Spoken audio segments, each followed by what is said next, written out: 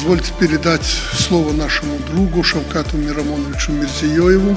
Belarus rahbari Aleksandr Lukashenko O'zbekistonga yana ochiqcha murojaat qildi. U Minskda bo'lib o'tgan Yevrosiyo iqtisodiy ittifoqining sammitida O'zbekistonni tuzilmaga to'liq a'zo sifatida qo'shilishga chorladi. U O'zbekistonni do'st va yaqin ittifoqchi sifatida ko'rishlarini va a'zolikdan mamnun bo'lishlarini bildirdi. O'zbekiston 2020-yildan beri Yevrosiyo iqtisodiy ittifoqida kuzatuvchi maqomida ishtirok etib kelmoqda, ammo hozircha to'liq a'zolikka qo'shilmagan. Bunga asosiy sabab bojxona, mehnat bozori va savdoga oid cheklovlarning mamlakat iqtisodiga yetarlicha foyda bermasligi haqidagi xavotirlardir. Ko'plab mustaqil tahlilchilarga ko'ra, bu ittifoqqa a'zo bo'lish O'zbekistonni Rossiya iqtisodiy ta'sir doirasiga yaqinlashtirishi va milliy ishlab chiqarish hamda bozorlarni muhofaza qilishda qiyinchiliklar keltirib chiqarishi mumkin.